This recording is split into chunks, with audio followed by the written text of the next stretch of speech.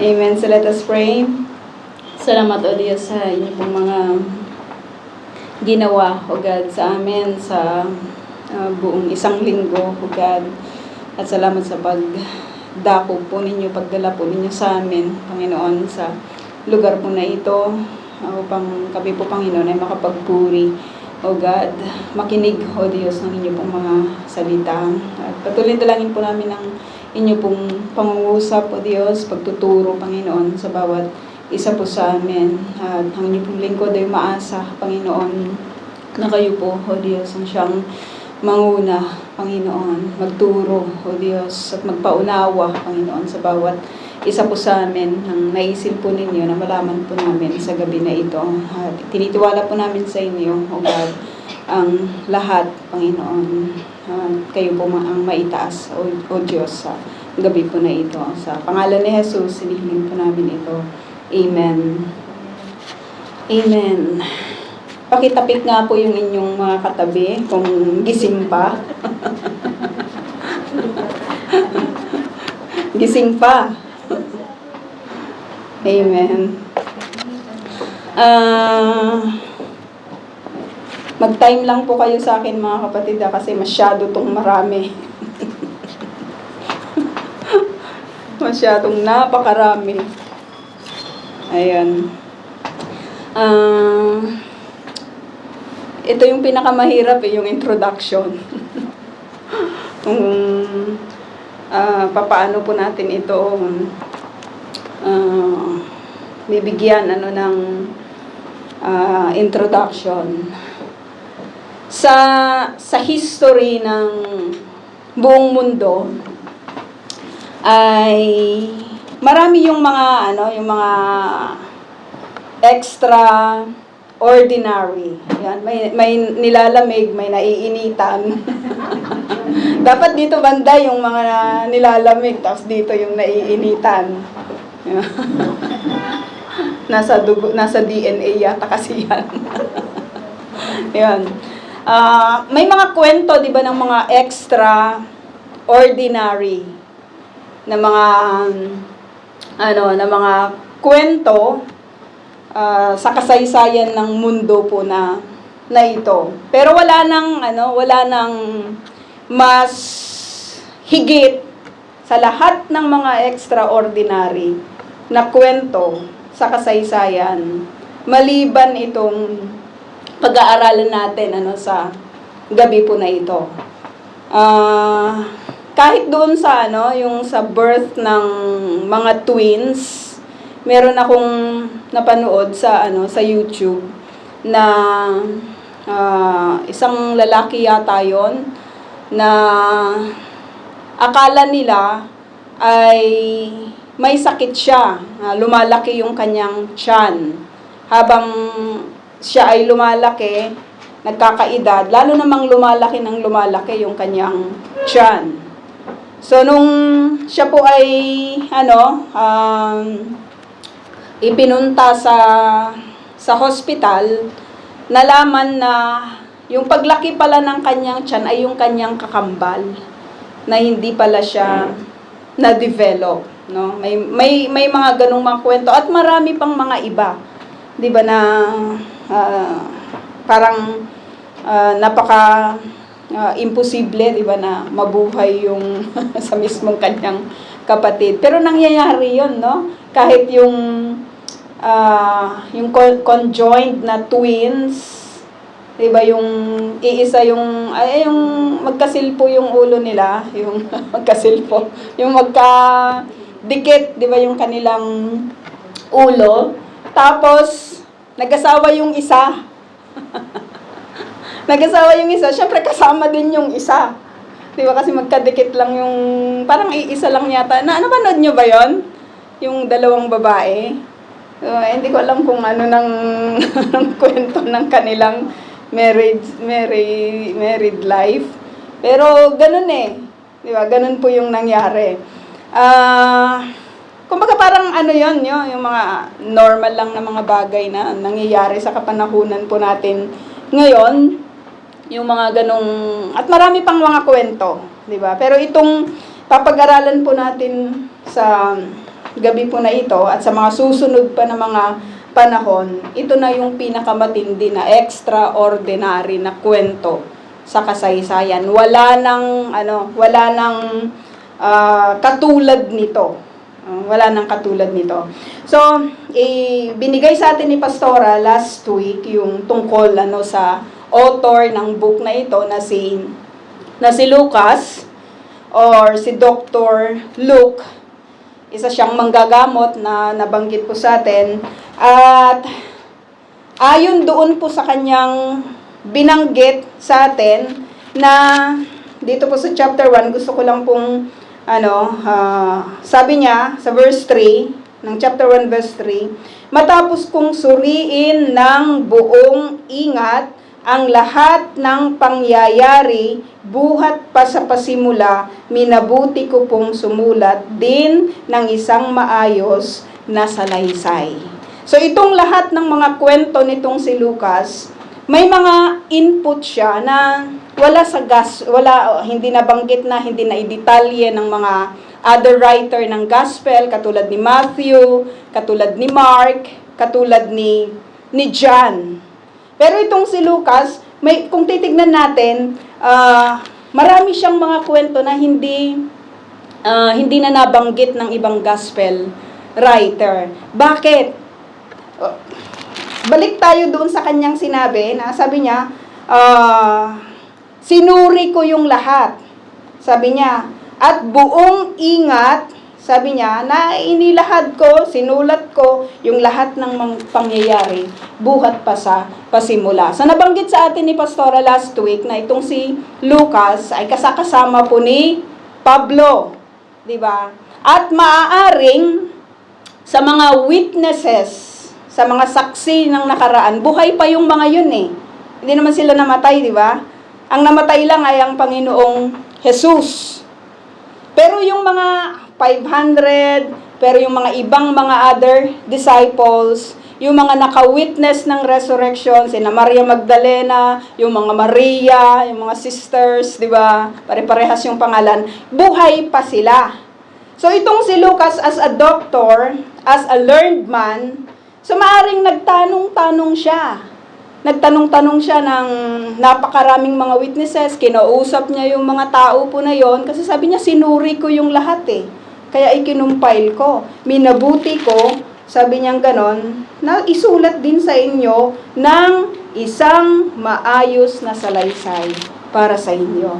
So salamat sa Panginoon kasi itong book po ng Lucas ay punong-puno po ito ng mga kwento ng mga witnesses sa nakaraan. Di ba?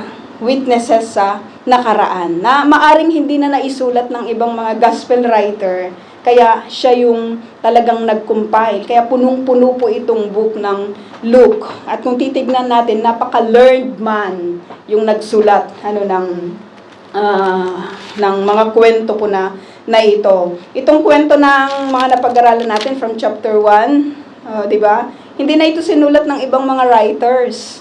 Pero yung pagka-detailed na pagkukwento po niya ay napakaganda. So sabi dito, verse 26 po tayo hanggang verse 45, nang ika-6 na buwan ng pagdadalang tao ni Elizabeth. So napag-aralan natin last week, di ba na-meet ni Zacarias yung angel na si Gabriel. Sinabi sa kanya na manganganak siya, di ba, manganganak yung kanyang asawa, magbubuntis yung kanyang asawa, at pati pangalan ay ibinigay niya. Sabi niya, papangalanan niyo siyang John. At dahil doon sa hindi naniwala, itong nag-doubt siya, sabi niya, kasi matanda na ako, tapos yung aking asawa ay hindi na rin, posible na manganak. Sabi niya ganon, dito sa verse 18, kaya nagkaroon siya ng doubt. At yung consequence ng kanyang doubting, mga kapatid, ay, sabi po dito, sa verse 22, na siya po ay nanatiling pipi. So, paglabas ni Zacarias doon po doon sa temple, paglabas niya doon, pipi na siya. Hindi na siya makapagsalita. Supposed to be magbibigay siya ng benediction. Yung laging binibigay din sa atin ni Pastora every Saturday, yung Aaronic blessing. No, dapat bibigyan niya yung mga tao doon, no? Paglabas niya doon sa pagganap ng kanyang tungkulin sa loob ng templo, pero hindi na siya makapagsalita. At nanatili yung kanyang pagkapipi sa loob ng 9 na buwan.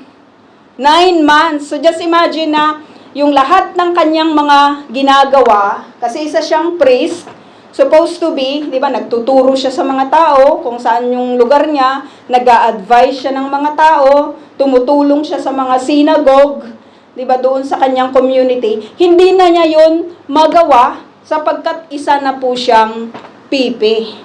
At sa kapanahunan na yon, nakita po natin, di ba mga kapatid, na nabanggit sa atin ni Pastora last week, na grabe po yung, siguro, grabeng kantsaw yung inabot ng mag-asawang ito kasi tumanda na sila na walang anak. At sa mga kapanahunan na yon, kapag wala kang anak, talagang sasabihin sa'yo na you are cursed. Di ba? Pero nanatili po sila, di ba, na nag-hold doon po sa kanila pong mga tungkulin sa Panginoon. So sabi dito last week na itong pag-uwi nitong si Zacarias, verse 23, nang matapos na ang panahon ng kanyang paglilingkod ay umuwi na siya. Hindi nga nagtagal at naglihi si Elizabeth.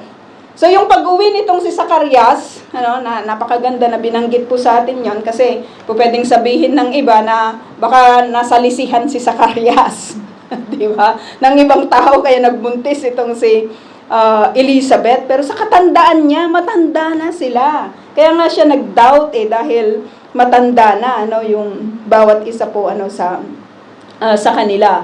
At sabi dito, hindi nga nagtagal at naglihi si Elizabeth. Hindi ito lumabas ng bahay sa loob ng 5 buwan. So just imagine na lang na yung isang matandang babae na buntis, first time, di ba? So parang, anong pwedeng sabihin ng tao? Di ba? Kung kailan tumanda, saka naman nabuntis. Kaya maintindihan natin itong mag-asawa. Tapos si Zacarias, hindi siya makapagsalita. Anong nangyayari sa mag-asawang ito?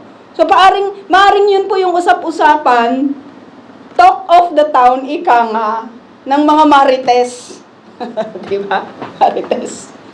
Pero sabi dito, hindi siya lumabas ng bahay sa loob ng 5 buwan. Hindi natin alam kung naghirap itong si Elizabeth sa pagdadalang tao kasi first time, di ba? Yung maaaring yung mga paglilihi, di ba? May mga ganyan siguro. Pero alam mo yun, 5 months siya na talagang hindi siya lumabas ng bahay. And probably maging itong si Zacarias.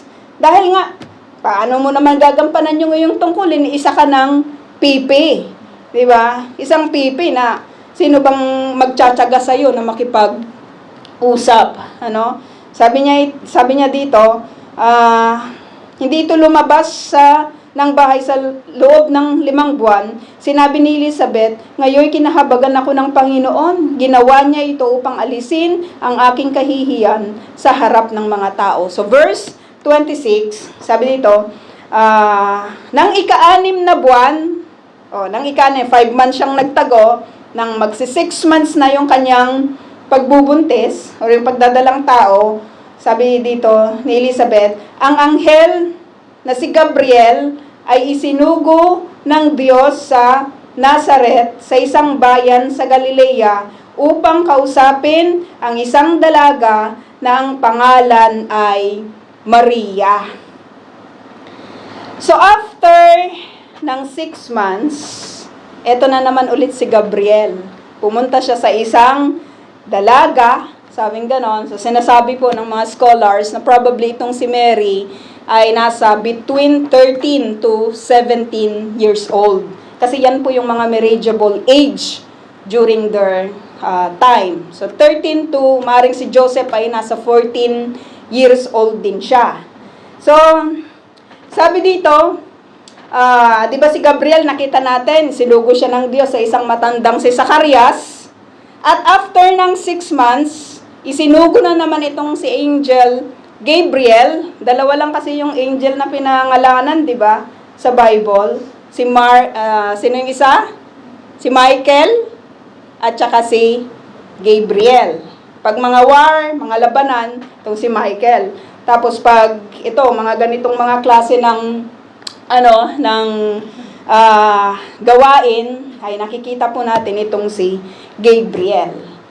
So, pumunta si Gabriel sa isang matandang si Zacarias, hindi naniwala itong si Zacarias, pinarusahan siya dahil sa kanyang doubt, no, hindi siya naging pipi po siya. Ano naman ang mangyayari sa pagsisend ng Diyos ulit dito kay Gabriel sa isang dalaga, dumalaginding, kumbaga, na si Maria. Sabi dito, isang dalaga na ang pangalan ay Maria. So, yun lang yung description kay Mary. Hindi sinabi ng scripture, katulad ng description niya kina Job na righteous man ito. Hindi niya sinabi, katulad ng binanggit niya dito sa mag-asawang si Zacarias at si Elizabeth na mga righteous din na mga tao na ito. Pero yung description ng scripture, description na mababasa po natin dito, kay Mary, sabi dito, hindi sinabi na religious siya, hindi sinabi na mabait siya, walang description.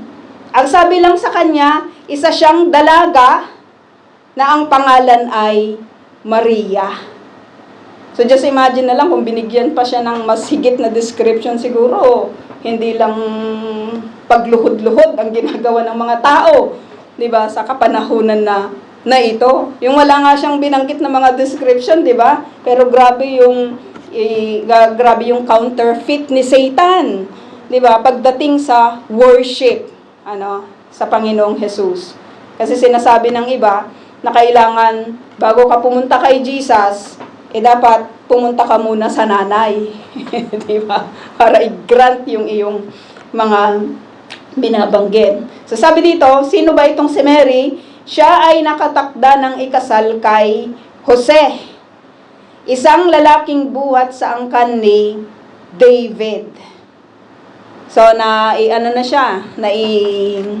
bang tawag sa Ilocano yon? Yung mga parental na na mga love story, hindi love story yun yung mga ang tawag doon. Pag lumaki yung anak mo, magbalae tayo, 'di ba? May mga ganon na mga usapan ng mga matatanda.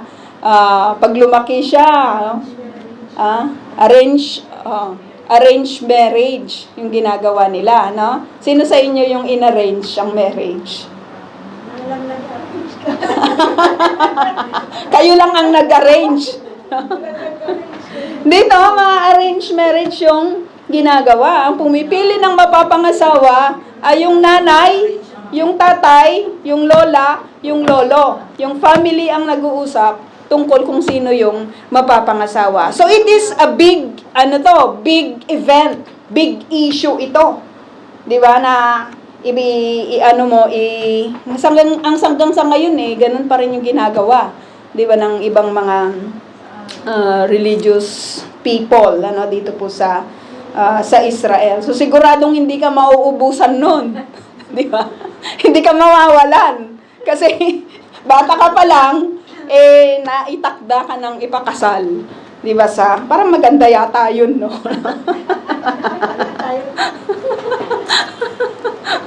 Maganda yata yun. So, sabi dito na itong si Joseph ay galing sa angkan ni David. At alam din natin na itong si Mary ay galing din sa angkan ni David. No? At sabi dito, lumapit ang anghel sa dalaga at binati ito. Of course, alam natin na alam ni Mary na itong kanyang kausap ay hindi ordinaryong tao. So, maaring alam natin na sa tanang buhay niya siguro, hindi pa siya nakakita ng katulad ng kausap niya sa mga oras na ito. Kasi nabanggit sa atin ni Pastora last week na for over the period of 400 years, silent ang silent ang Lord, 'di ba? Walang prophecy na nangyayari, walang mga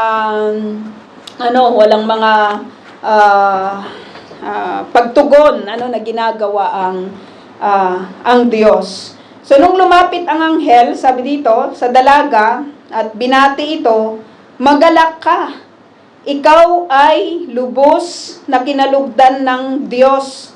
Sumasa iyo ang Panginoon. So, napakaganda po ng bati ng angel na ito. Magalak ka. No? Magalak ka. Sabi dito, the angel said, greetings, you who are highly favored. Ikaw na pinagpala. Ikaw ay lubos na kinalulugdan ng Diyos. Sumasa iyo ang Panginoon. So we don't know the reason, mga kapatid, kung bakit itong si Mary ay kinalulugdan ng Diyos.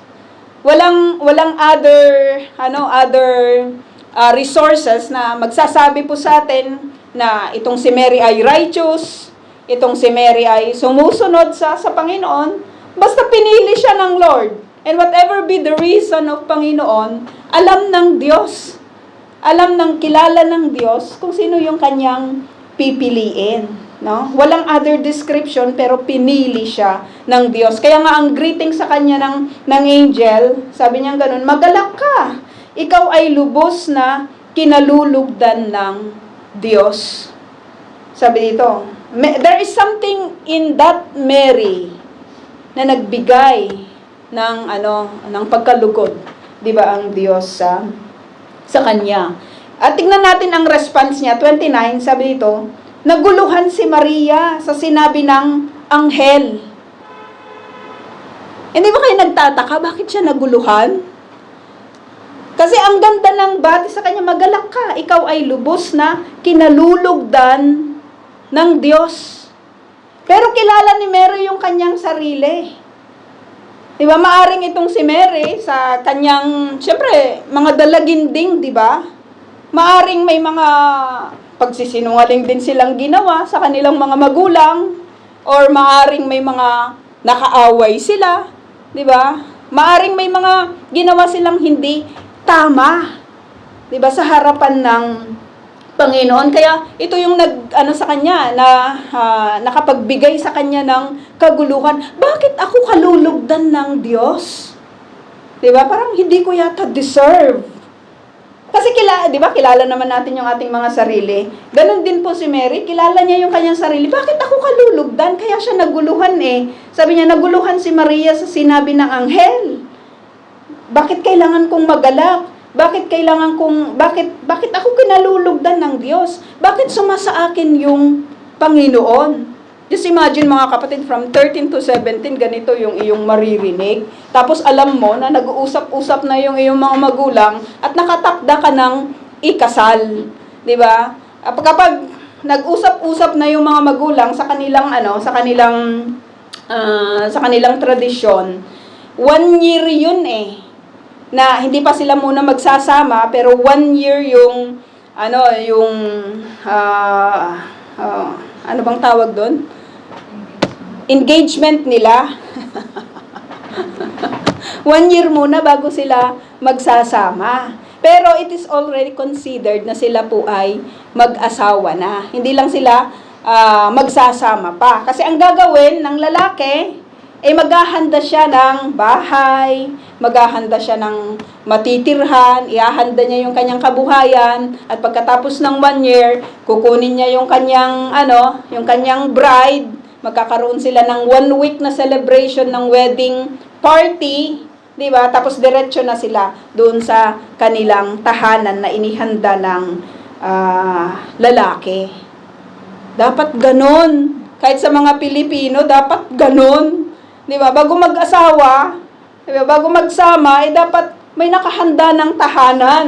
Di ba? Maganda yon. Inihanda na yung tahanan. Siyempre, tumutulong din yung mga magulang. Hindi yung nakikisama pa. Di ba? Sa mga, sa mga bahay-bahay. Di ba? Ng mga bahay, ano nang magulang. Kung mayaman, di bahay-bahay. Bahay, ano nang magulang. So, sabi dito, sinabi na nga, sabi dito, naguluhan si Maria sa sinabi ng anghel at inisip niyang mabuti kung ano ang kahulugan ng ganong pagbati. Siyempre, hindi niya maintindihan yun, no? Sinabi sa kanya ng anghel, huwag kang matakot, Maria. Huwag kang matakot, Mary, sapagkat naging kalugod-lugod ka sa Diyos. Grabe, no? Naging kalugod-lugod ka. Anong ginawa mo, Mary? Bakit ka kinalugdan ng Diyos? Di ba kahit naman sa atin yung calling natin, ano bang meron sa atin? Bakit tayo tinawag ng Lord? No? Bakit nalugod ang God na gawin kang song leader, gawin kang worker, di ba, ng kanyang, ng kanyang iglesia? It is purely grace. Di ba, mga kapatid? It is purely grace. Di ba, ng Panginoon. Sapagkat naging kalugod-lugod ka sa Diyos. 31. Makinig ka. Eto na. Makinig ka. Ikaw ay maglilihi at manganganak ng isang sanggol na lalaki. Sabi dito, at siya'y papangalanan mong Jesus. Siya'y magiging dakila at tatawaging anak ng kataas-taasang Diyos. Ibibigay sa kanya ng Panginoong Diyos ang trono ng kanyang amang si David upang maghari sa angkan ni Jacob magpakailanman. Ang kanyang paghahari ay walang katapusan. So upon hearing this message, 'di ba, from the Lord, what do you think yung pumasok sa isip ni Maria? 'Di ba? Sa ganung klase ng edad, mga kapatid, 'di ba? Dapat hindi ito yung kanyang iniisip muna. Dapat dapat ini-enjoy muna yung 1 year supposed to be. 'Di ba, na parang mag-aasawa na ako after 1 year. Dapat enjoy muna ako. Dapat may mga ganon na binabanggit. Pero yung message ng angel, makinig ka. Sabing ganon, maglilihi ka. At manganganak ka ng isang sanggol na lalaki at siya'y papangalanan mong Jesus.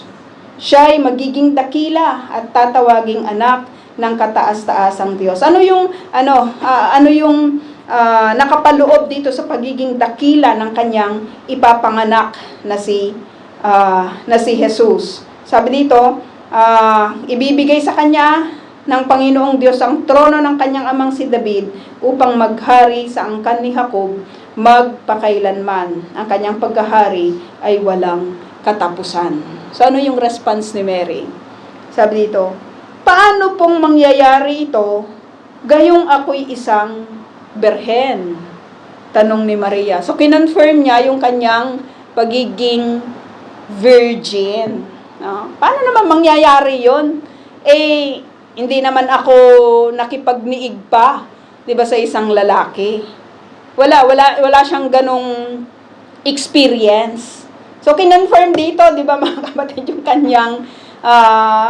kanyang kalinisan supposed to be. So nakita po natin, 'di ba, na sabi dito, ano yung milagro na mangyayari? Verse 34, sumagot ang anghel, sasayo ang Espiritu Santo at mapapasailalim ka sa kapangyarihan ng kataas-taasang Diyos. Sasaiyo ang Espiritu Santo. Papaano isusupply ng Lord yon? 'Di ba? Papaano mangyayari yon? So we can understand her, 'di ba, na hindi niya maintindihan paano ako magbubuntis. So napakaganda rin yung kanyang tanong, 'di ba, sa angel. So sinagot siya ng angel na sabi niya, sasayo ang Espiritu Santo, mapapasailalim ka sa kapangyarihan ng kataas-taasang Diyos. Dahil dito, ang isisilang mo'y banal at tatawaging anak ng Diyos. In short, Mary, hindi yun trabaho mo. Trabaho yun ng Diyos. Diba? Trabaho niya yun. Na-imagine ko lang, di ba yung mga bata, yung mga edad ng mga anak natin, nasa ganitong mga edad eh. Di ba? From ilang taon na si Sed, pero si Sed naman ay lalaki. Di ba? Pero yung mga ganong mga edad, di ba, na from 13 to 17, mga ganyan. Syempre, hindi pa naman ganun, di ba, yung kanilang supposed to be responsibility na ipapaako mo kaagad ito, magbubuntis kaagad ito, 'di ba? Yung ano yung sign na ibibigay ng Diyos kung papaano ito mangyayari, ano yung strategy na gagawin ng Diyos upang mapangyari yung ganitong mensahe niya. So, nai-imagine ko lang yung pagkalito nitong si Mary. 'Di ba? Marami kasi siyang i-consider papaano niya ito sasabihin sa kanyang magulang? Papaano niya ito ipapaliwanag kay Joseph? Yung kahihiyan ng buong pamilya. Papaano niya 'yun haharapin? At kung hindi siya tatanggapin ni Mary, ni Joseph sa ganung kalagayan dahil niloko niya, lumalabas kasi na lolokohin niya si Joseph na isang righteous man, maaring ikasawi ng kanyang buhay. 'Di ba yung ganitong ginawa or yung ganitong klase ng kanyang pagbubuntis? 'Di ba? Anong gagawin niya kung kayo si Mary? Ano yung inyong gagawin?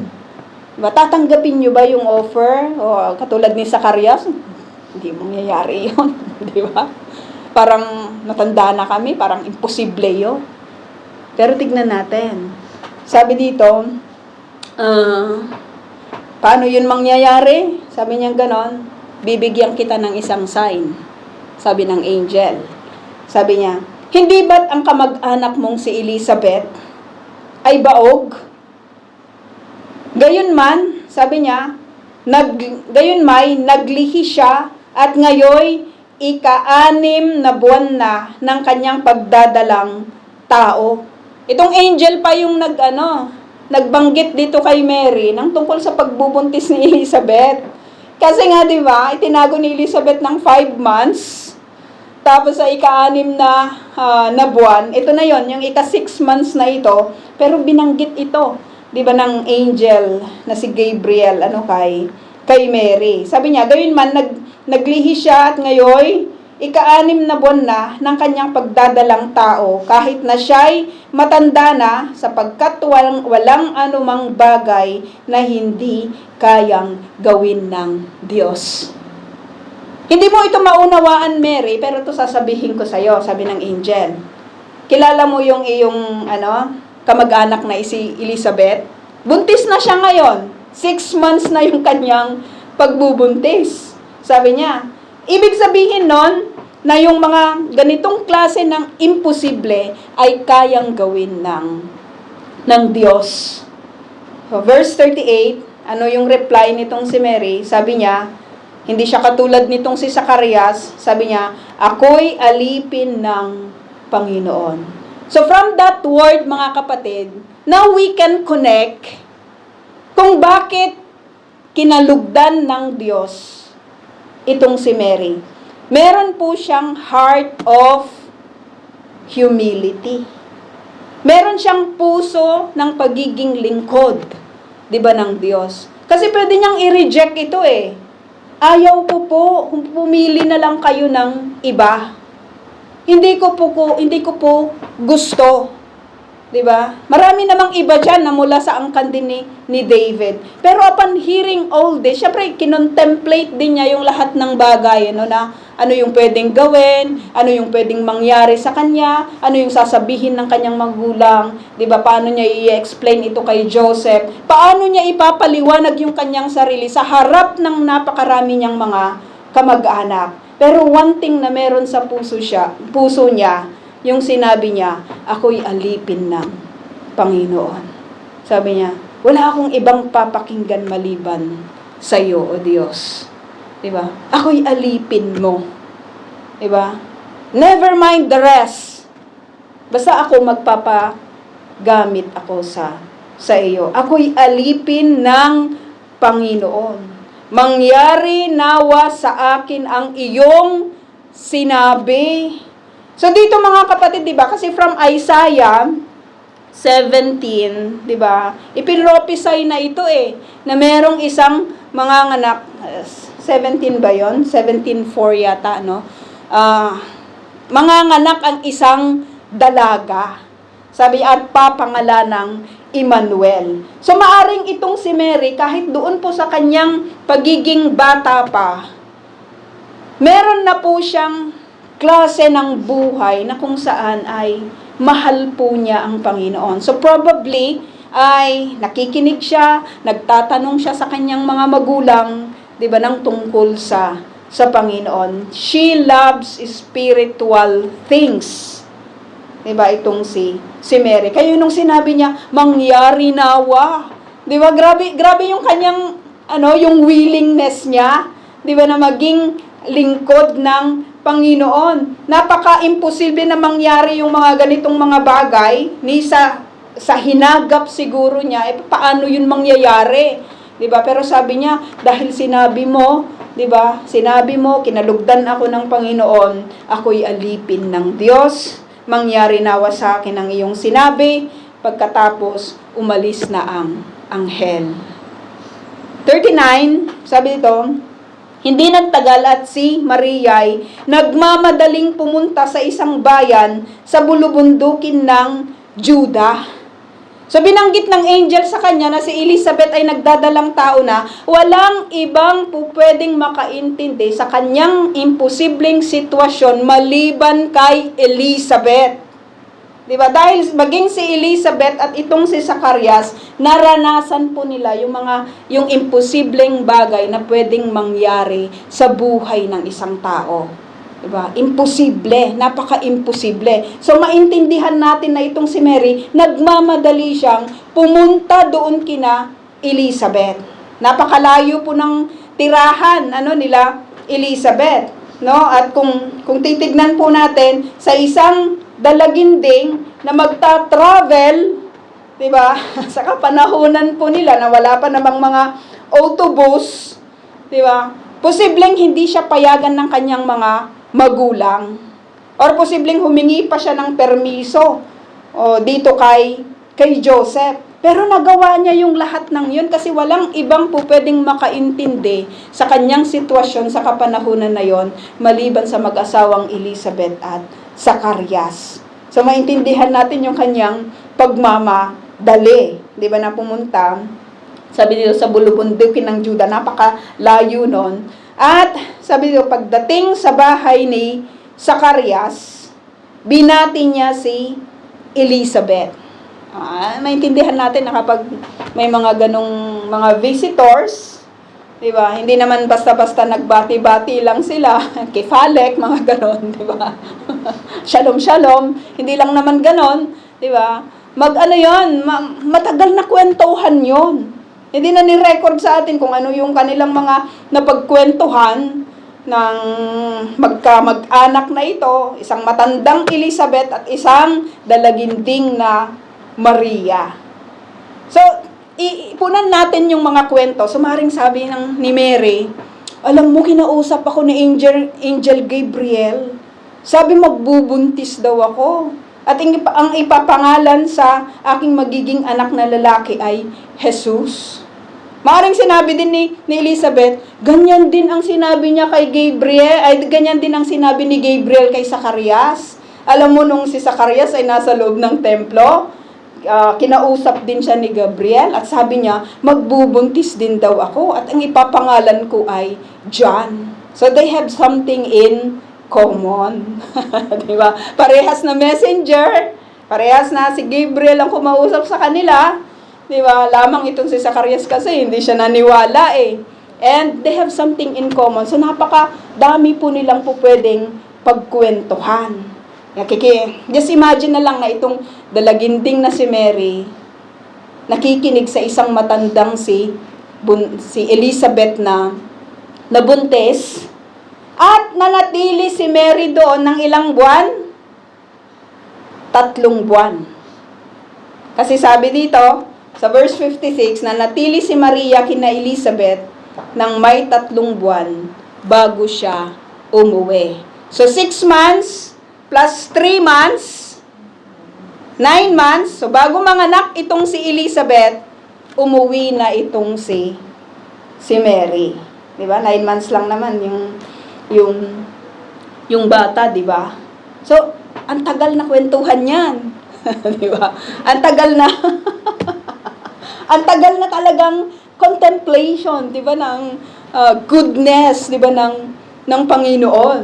Diba? Grabing learning yan na nangyari. No? At sabi dito, biglang gumalaw ang sanggol sa kanyang sinapupunan. Nang marinig ni Elizabeth ang pagbati ni Maria, biglang gumalaw ang sanggol sa kanyang sinapupunan at siya ay napuspos ng Espiritu Santo.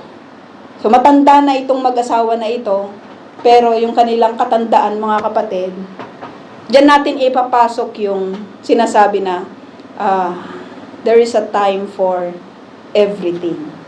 Marami man yung mga nakakahiyang mga tagpo sa buhay nila dahil sa mga usap-usapan po ng mga tao, pero yung pagtugon ng Diyos ay perfect, 'di ba, sa kapanahunan na 'yon. No, dahil manganganak sila ng isang katulad nitong si John the Baptist, no. So napakaganda po ng kwento tungkol sa buhay nitong si John, at papag-aralan po natin 'yan as we go on dito po sa ating dito sa ating pinag-aaralan sa libro ng Lucas. So sabi dito, napuspos ng Espiritu Santo, nasa loob pa ng tiyan itong si John, puspos na po siya, 'di ba, ng Espiritu Santo. Sabi dito, napasigaw siya sa galak, pinagpala ka sa mga babae, at pinagpala rin ang dinadala mo sa iyong sinapupunan. Sino ako upang dalawin ng ina ng aking Panginoon? Sapagkat pagkarinig ko sa iyong pagbati, ay gumalaw sa tuwa ang sanggol sa aking sinapupunan. Pinagpala ka, sapagkat sumasampalataya kang matutupad ang ipinasabi sa iyo ng Panginoon. Di katulad ng asawa ko, hanggang ngayon pipi pa siya. Di ba? Dahil hindi siya naniwala sa sinabi nitong si Gabriel. So yung word na pinagpala, mga kapatid, hindi siya yung source ng blessing. Isa siyang recipient ng blessing. Unlike sa mga itinuturo, 'di ba, ng lumang pananampalataya sa mundo, na itong si Mary ay full siya ng grace. Hail Mary, full of grace. It is a counterfeit, 'di ba? Dito po sa sa itinuturo sa atin ngayon ng scripture. Hindi si Mary yung full of grace. Sino yung full of grace? It is God. At recipient lang itong si Mary. Sinasabi din nila na itong si Mary ay Queen of Heaven. 'Di ba? Queen of Heaven. Pero alam po ba natin na itong Queen of Heaven, it came from pagan belief. Kasi kung titignan natin sa Jeremiah, sige, punta tayo sa Jeremiah nga, Sister May Grace. Jeremiah 7:8. Jeremiah 7. Gusto lang natin itong tignan. Jeremiah 7. Basahin natin yung sinasabi dito sa 7. 7:8 to 20.